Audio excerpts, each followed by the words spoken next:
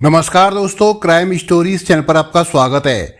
दोस्तों, आज की जो ये क्राइम की घटना है वह है आगरा उत्तर प्रदेश से।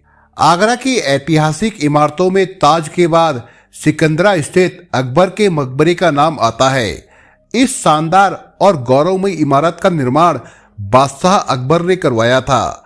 हर साल देश विदेश के हजारों पर्यटक इस इमारत को देखने आते हैं। इसी ऐतिहासिक इमारत में 6 अप्रैल 2015 को एक अनहोनी हो गई। किसी पर्यटक ने वहां एक लड़की का खून से सना शव देखा तो उसने शोर मचा दिया, जिससे उधर घूम रहे पर्यटक वहां इकट्ठा हो गए। लड़की का शव देखकर लोग हैरान थे कि पता नहीं किसने इसकी हत्या कर दी। सूचना पाकर वहां मौजूद सिक्योरिटी गार्ड भी पहुंच गए। उन्होंने इसकी सूचना थाना सिकंदरा पुलिस को फोन करके दे दी। सिकंदरा के गेट से थाना करीब 200 मीटर की दूरी पर था, इसलिए खबर मिलते ही थाना प्रभारी ज्ञानेंद्र सिरोही थोड़ी ही देर में पुलिस टीम के साथ उस जगह पहुंच गए जहां लड़की का शव पड़ा था। उन्होंने शव का मुआयना करना शुरू कर दिया। मरने वाली लड़की की उम्र 19-20 साल थी। हत्यारे ने किसी धारदार हथियार से उसकी गर्दन के अलावा पेट पर भी वार किए थे। शव खून से तरबतर था। शव के पास ही एक मोबाइल फोन और एक चाकू पड़ा था। इन पर भी खून लगा हुआ था। थाना प्रभारी ने अनुमान लगाया कि हत्यारे ने इसी चाकू से इसे मौत के घाट उतारा है। थाना प्रभारी ने उच्च अधिकारियों को भी घटना की सूचना दे दी। कोई पर्यटक घटना को अपने कैमरे में कैद न कर ले, इसलिए पुलिस ने बिना फॉरेंसिक सबूत जुटाए ही फटाफट शव को सील करके पोस्टमार्टम के लिए भेज दिया। थोड़ी देर बाद ही एसएसपी राजेश डी मोदक के साथ खोजी कुत्ते और फॉरेंसिक टीम भी मौके पर आ गई। फिंगरप्रिंट एक्सपर्ट को भी बुलाया गया। सभी टीमों द्वारा काम निपटाने के बाद पुलिस ने अज्ञात के खिलाफ हत्या का मामला दर्ज कर लिया। मृतका के पास से कोई ऐसी चीज नहीं मिली थी जिससे उसकी पहचान हो सकती, इसलिए पुलिस के लिए पहला काम मृतका की पहचान कराना था। शव के पास जो मोबाइल फोन मिला था, पुलिस ने उसकी मेमोरी में सेव फोन नंबरों पर बात करनी शुरू कर दी। उसी क्रम में एक नंबर मृतका के किसी रिश्तेदार का मिल गया। उस रिश्तेदार से बात करने पर पता चला कि वो फोन नंबर शिवानी नाम की लड़की का है। उस रिश्तेदार से पुलिस को जानकारी मिली कि शिवानी जगदीशपुरा थाना क्षेत्र की आवास विकास कॉलोनी के सेक्टर 7 में रहने वाले अन्नू नागर की बेटी है। शाम 5:30 बजे के करीब पुलिस अन्नू नागर के घर पर पहुंची। घर में अन्नू की पत्नी रेखा मिली। पुलिस को देखकर वो परेशान हो गई। पुलिस ने उससे पूछा, आप शिवानी को जानती है? जी, शिवानी मेरी बेटी है, मगर आप उसके बारे में क्यों पूछ रहे हैं? रेखा परेशान होकर बोली, वो सब भी बता देंगे, लेकिन पहले ये बताओ कि शिवानी कहाँ है? पुलिस ने पूछा। सर, वो तो अपना फोन रिचार्ज कराने घर से निकली थी, लेकिन अभी तक लौटी नहीं। मैं उसी का इंतजार कर रही हूँ। उसका फोन भी नहीं लग रहा है। आपका कोई और रिश्तेदार रहता है? पुलिस ने पूछा। जी, मेरे जेठ जी रहते हैं, वो डीएम ऑफिस में नौकरी करते हैं, रेखा ने कहा। पुलिस रेखा को लेकर मुन्नालाल के घर गई। रेखा घबरा रही थी कि पता नहीं क्या बात है जो पुलिस उसे कुछ बता नहीं रही है। मुन्नालाल उसी समय ड्यूटी से लौटा था। अपने भाई की पत्नी के साथ पुलिस को देखकर वो भी चौंका। पुलिस ने मुन्नालाल से बात करके सिकंदरा में मिले शव का फोटो दिखाया। मुन्नालाल ने उस फोटो को देखकर कहा, अरे ये तो मेरी भतीजी शिवानी है, इसे किसने मार दिया? अभी कुछ नहीं पता, सिकंदरा में इसका शव मिला है। शव को पोस्टमार्टम के लिए भेज दिया गया है, पुलिस ने बताया। बेटी की हत्या की बात सुनकर रेखा दहाड़े मारकर रोने लगी। रेखा का पति अन्नू नागर एक प्रकाशन कंपनी में सुरक्षा गार्ड की नौकरी करता था। मुन्नालाल ने उसे फोन करके घर बुला लिया। इसके बाद पुलिस दोनों भाइयों को साथ लेकर थाने आ गई। थाने में शव के पास से बरामद फोन जब दोनों भाइयों को दिखाया गया तो उन्होंने बताया कि वो मोबाइल शिवानी का ही है। इन बातों से साफ हो गया कि सिकंदरा में पुलिस ने जो शव बरामद किया था वो अन्नू नागर की बेटी शिवानी का था। शव की शिनाख्त होने के बाद पुलिस ने हत्यारों तक पहुंचने के लिए जांच की शुरुआत शिवानी के घर से शुरू की। थाना प्रभारी ने अन्नू नागर से पूछा, शिवानी का हत्यारा कौन हो सकता है? मेरा मतलब, क्या तुम्हें किसी पर कोई शक है? सर, मुझे तो एक ही आदमी पर शक है और वो है मेरे साडू का लड़का प्रदीप। ये काम उसी का हो सकता है। अन्नू नागर ने अपनी शंका प्रकट की। वो क्यों? थाना प्रभारी ने पूछा। सर, वो शादी के लिए मेरी बेटी के पीछे हाथ धोकर पड़ा था, अन्नू ने कहा। इतना सुनते ही थाना प्रभारी को ये मामला प्रेम प्रसंग का लगा। अन्नू से प्रदीप का पता मालूम करने के बाद वो अगले दिन जिला एटा के गांव निगोली कला स्थित प्रदीप के घर जा पहुंचे। प्रदीप के घर के बाहरी दरवाजे पर कुंडी लगी थी। पड़ोसियों की मौजूदगी में कुंडी खोलकर पुलिस घर में घुसी तो अंदर कोई नहीं मिला। घर की लाइट जल रही थी और सारा सामान पैक था। ऐसा लग रहा था जैसे घर के लोग सामान सहित कहीं भागने की तैयारी में थे, लेकिन उन्हें पुलिस के आने की भनक लग गई, जिससे वे घर छोड़कर भाग गए। लोगों ने बताया कि प्रदीप 6 अप्रैल 2015 की सुबह 7 बजे अपने 2 दोस्तों के साथ बाइक से घर से निकला था। उसके बाद किसी ने उसे नहीं देखा। प्रदीप का पूरा परिवार भी गायब था, जिससे पुलिस का शक पुख्ता हो गया कि वारदात प्रदीप ने ही की है। काफी देर तक जब कोई वहां नहीं आया तो एक कांस्टेबल को वहां छोड़कर थाना प्रभारी लौट आए। अब तक शिवानी के मोबाइल फोन की सीडीआर पुलिस को मिल चुकी थी। उस पर जो आखिरी कॉल आई थी, जांच में पता चला वो कॉल प्रदीप के फोन से की गई थी। सर्विलांस टीम ने उस नंबर को सर्विलांस पर लगा दिया। अगले दिन उस नंबर की लोकेशन दिल्ली में मिली। थाना प्रभारी ने एक पुलिस टीम दिल्ली रवाना कर दी। दिल्ली पहुंचने पर पता चला कि उसकी लोकेशन जलेसर में है। पुलिस टीम जलेसर पहुंची। इसके बाद उस फोन की लोकेशन आगरा की हो गई। जैसे जैसे उस फोन की लोकेशन बदल रही थी, सर्विलांस टीम उसकी जानकारी पुलिस टीम को दे रही थी। जब पुलिस टीम को पता चला कि उस फोन की लोकेशन आगरा में है, तो पुलिस टीम उसका पीछा करते हुए आगरा पहुंच गई। आखिर 9 अप्रैल 2015 को कारगिल पेट्रोल पंप के पास से पुलिस ने प्रदीप को हिरासत में ले लिया। पुलिस के शिकंजे में आते ही प्रदीप हक्का बक्का रह गया। थाने लाकर प्रदीप से पूछताछ शुरू हुई। शुरू में उसने पुलिस को गुमराह करने की कोशिश की, लेकिन पुलिस की सख्ती के सामने उसकी एक नहीं चली। उसने अपना गुनाह कबूल कर लिया और कहा कि उसी ने शिवानी की हत्या की थी। शिवानी प्रदीप की मौसेरी बहन थी। अपनी मौसेरी बहन की हत्या की जो कहानी उसने बताई वो कुछ इस प्रकार से थी। उत्तर प्रदेश के जिला एटा का एक गांव है निगोली कला। राम निवास इसी गांव के रहने वाले थे। वो पेशे से हलवाई थे। उनके परिवार में पत्नी सरोज के अलावा 6 बच्चे थे। उनमें से 2 बेटियों और एक बेटे की वो शादी कर चुके थे। अपनी बेटी सुमन और बेटे कुलदीप की शादी उन्होंने इसी साल फरवरी में 6 दिन के अंतराल पर की थी। दोनों ही शादियों में अन्नू नागर भी पत्नी रेखा और बेटी शिवानी के साथ आए थे। प्रदीप इन्हीं रामनिवास का बेटा है। शादी में आई अपनी सगी मौसेरी बहन शिवानी प्रदीप को भा गई। शिवानी की नजरों का जादू प्रदीप पर कुछ इस तरह चला कि वो उसके आगे पीछे घूमने लगा। प्रदीप अपनी कोशिशों से शिवानी को आकर्षित कर रहा था। उसे मौके की तलाश थी। आखिर उसे वो मौका मिल गया। शिवानी किसी काम से छत पर गई तो प्रदीप भी उसके पीछे पीछे वहां पहुंच गया। वहां शिवानी को अकेली देखकर वो खुद को रोक नहीं सका। उसने कहा, शिवानी, आज तुम कितनी सुंदर लग रही हो। तुम्हारे सामने सब फीके हैं। शिवानी ने शर्माकर कहा, भैया तुम मजाक बहुत अच्छा कर लेते हो। प्रदीप पास आकर बोला, देखो शिवानी, मेरी तुम्हारी उम्र में ज्यादा फर्क नहीं है, इसलिए तुम मुझे भैया कहने के बजाय नाम से बुलाया करो। अगर तुम कह रहे हो तो मैं नाम से ही बुलाऊंगी। तुम भी कभी आगरा आना, वहाँ बहुत सी देखने लायक जगह है। तुम कह रही हो इसलिए जरूर आऊँगा। हाँ, एक बात कहना चाहता हूँ कि ये ड्रेस तुम पर बहुत अच्छी लग रही है। प्रदीप की बात सुनकर शिवानी हंसने लगी। 6 दिनों में शिवानी और प्रदीप की कई बार लंबी लंबी बातें हुई।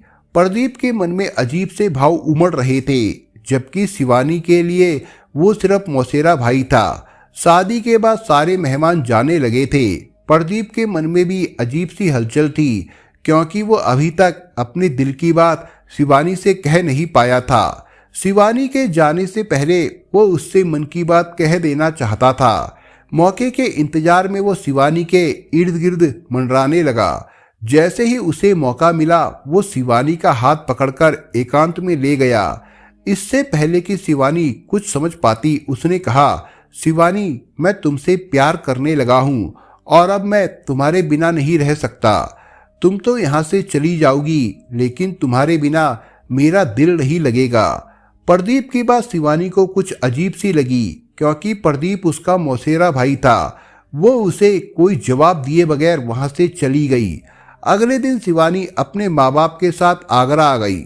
आगरा आने के बाद शिवानी की मनोस्थिति कुछ अजीब सी थी। शिवानी के जाने के बाद वास्तव में प्रदीप बेचैन हो गया। वो जब तब शिवानी को फोन करके मीठी मीठी बातों से उसे लुभाने की कोशिश करने लगा। शिवानी भी उम्र की उस दहलीज पर खड़ी थी जहां भावनाओं और उमंगों का सैलाब दूर तक बहाकर ले जाने की कोशिश करता रहता है। अर्थात शिवानी का झुकाव भी प्रदीप की तरफ होने लगा। उसे प्रदीप अच्छा लगने लगा। एक दिन प्रदीप ने शिवानी को फोन किया कि वो आगरा आ रहा है। उसके आने की बात पर शिवानी खुश हो गई। उसका मन भी प्रदीप से मिलने के लिए उमड़ने लगा। प्रदीप आगरा पहुंचा तो शिवानी घर में बिना बताए तय जगह पर प्रदीप से मिलने पहुंच गई। वहां से प्रदीप शिवानी को ताजमहल लेकर गया। वहीं पर शिवानी ने प्रदीप की मोहब्बत कबूल कर ली। शिवानी और प्रदीप भले ही रिश्ते में भाई बहन थे, लेकिन उनकी सोच नए जमाने की थी। इसलिए प्यार के नशे में वे अपने भाई बहन के रिश्ते को भूल गए। प्रदीप ने तय किया कि वो शिवानी से ही शादी करेगा, लेकिन उसके सामने समस्या ये थी कि वो अपने घर वालों से मन की बात कहे कैसे कि वो मौसेरी बहन शिवानी के साथ शादी करके अपनी दुनिया बसाना चाहता है। हालांकि वो जानता था कि दिल की बात जुबा तक आते ही परिवार और समाज में तूफान आ जाएगा, पर वो अपने उस दिल का क्या करता जो केवल शिवानी के लिए ही धड़क रहा था। अपनी दुनिया बसाने की गरज से वो दिल्ली जाकर शादी ब्याह में हलवाईगिरी का काम करने लगा। बीच बीच में वो शिवानी से मिलने आगरा आता रहता था। एक दिन जब वो आगरा आया तो उसने शिवानी से कहा, शिवानी, मैं चाहता हूँ कि हमारा ये प्यार एक नए रिश्ते में बदल जाए। मैं तुमसे शादी करना चाहता हूँ, इसलिए तुम अपनी मम्मी पापा से बात कर लो। तुम उनकी अकेली संतान हो, इसलिए वे तुम्हारी बात मान भी लेंगे। तुम ये क्या कह रहे हो प्रदीप? बेशक तुम मुझे बहुत अच्छे लगते हो, पर मेरे माँ बाप इस रिश्ते के लिए हरगिज तैयार नहीं होंगे। वो सब बाद में देखेंगे। अभी तो हमें ये देखना है कि उनकी क्या राय है। मैं फिलहाल दिल्ली जा रहा हूँ। तुम फोन करके बताना कि वो क्या कह रहे हैं। ठीक है, मैं कोशिश करके देखती हूँ, शिवानी ने जवाब दिया। प्रदीप तो चला गया, लेकिन शिवानी को कसमकस में डाल गया। उसके मन में यही बात घूम रही थी कि शादी की बात माँ से कैसे कहे। फिर हिम्मत करके उसने एक दिन अपनी माँ से कहा, मम्मी, प्रदीप मुझसे शादी करना चाहता है। बेटी की बात सुनकर रेखा की आंखें फटी की फटी रह गई। वो हैरान होकर बोली, ये क्या कह रही हो? वो तेरा भाई है और भाई बहन के बीच शादी कभी नहीं हो सकती। माँ के सख्त तेवर देखकर शिवानी सहम गई। दूसरी ओर रेखा चिंता में पड़ गई। उसने कहा, आज के बाद तू प्रदीप से कभी भी नहीं मिलेगी। माँ का गुस्सा देखकर शिवानी कोई जवाब नहीं दे सकी। फोन करके उसने प्रदीप से कह दिया कि मम्मी पापा इस रिश्ते के लिए कभी तैयार नहीं होंगे। देखो शिवानी, कोई माने या ना माने, शादी तो मैं तुम्ही से करूंगा और जल्द ही ये बात मैं अपने घर में बता दूंगा। उसके बाद मेरी मम्मी तुम्हारी मम्मी को मना लेंगी।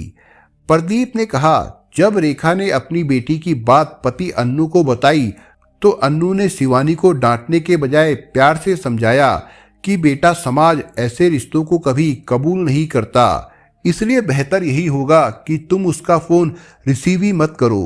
पिता की बात को शिवानी समझ रही थी। वो कसमकस में पड़ गई कि अब क्या करे। एक ओर उसके माँ बाप थे तो दूसरी ओर उसका प्यार प्रदीप। आखिर उसने तय किया कि माँ बाप की इज्जत को ध्यान में रखकर वो प्रदीप से ना तो मिलेगी और ना ही उसका फोन रिसीव करेगी। दूसरी ओर एक दिन हिम्मत करके प्रदीप ने अपने माँ बाप से कह दिया कि वो शिवानी से शादी करना चाहता है। उसकी बात सुनकर पिता रामनिवास हक्के बक्के रह गए। उन्होंने उसे डांटते हुए कहा, तेरा दिमाग तो खराब नहीं हो गया है? तू जानता है कि वो तेरी बहन लगती है, उससे तेरी शादी हरगिज नहीं हो सकती। लेकिन प्रदीप के सिर पर तो मोहब्बत का जादू चढ़कर बोल रहा था। उस पर पिता के समझाने का कोई असर नहीं हुआ। अपने प्यार की खातिर उसने अपने घर वालों से बगावत कर ली। उसने कह दिया कि वो हर हालत में शिवानी से शादी करेगा। अपने माँ बाप से बगावत करने की बात शिवानी से बताकर प्रदीप ने शिवानी को फ़ोन किया, लेकिन शिवानी ने उसका फ़ोन रिसीव नहीं किया। कई बार फ़ोन करने के बाद भी जब शिवानी ने फ़ोन रिसीव नहीं किया तो वो परेशान हो गया। उसके बार बार फ़ोन करने की बात शिवानी ने अपनी माँ रेखा को बता दी। रेखा ने एक दिन परिवार वालों को बुलाकर पंचायत की।